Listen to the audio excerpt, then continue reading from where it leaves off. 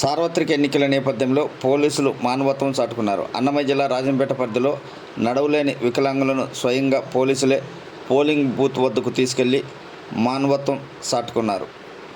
పోలీసుల సేవలపై ప్రజలు హర్షం వ్యక్తం చేశారు.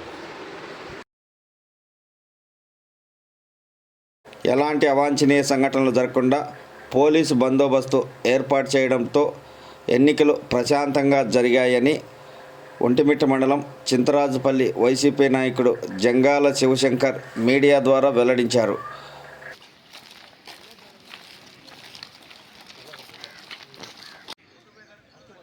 నేను జంగాల శివశంకర్, ఒంటిమిట్ట మండలం చింతరాజుపల్లి మండల వైసీపీ నాయకులం.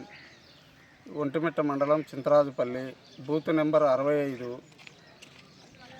ప్రజలు స్వచ్ఛందంగా వచ్చి ఓటరు వినియోగించుకుంటున్నారు. పోలీసులు బందోబస్తు నిఘా నడుమున ప్రతి ఒక్క ఓటరు స్వచ్ఛందంగా ఎటువంటి ఇబ్బంది లేకుండా ఓటు వినియోగించుకుంటున్నారు.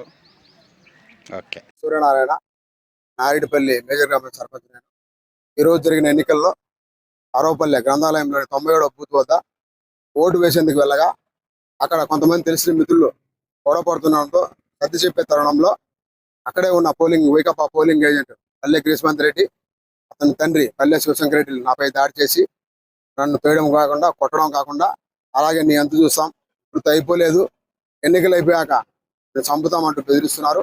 ఈ విషయం పక్కనే ఉన్న పోలీసులు కూడా గమనించారు. దీనికి సంబంధించిన ఆధారాలన్నీ మా దగ్గర ఉన్నాయి.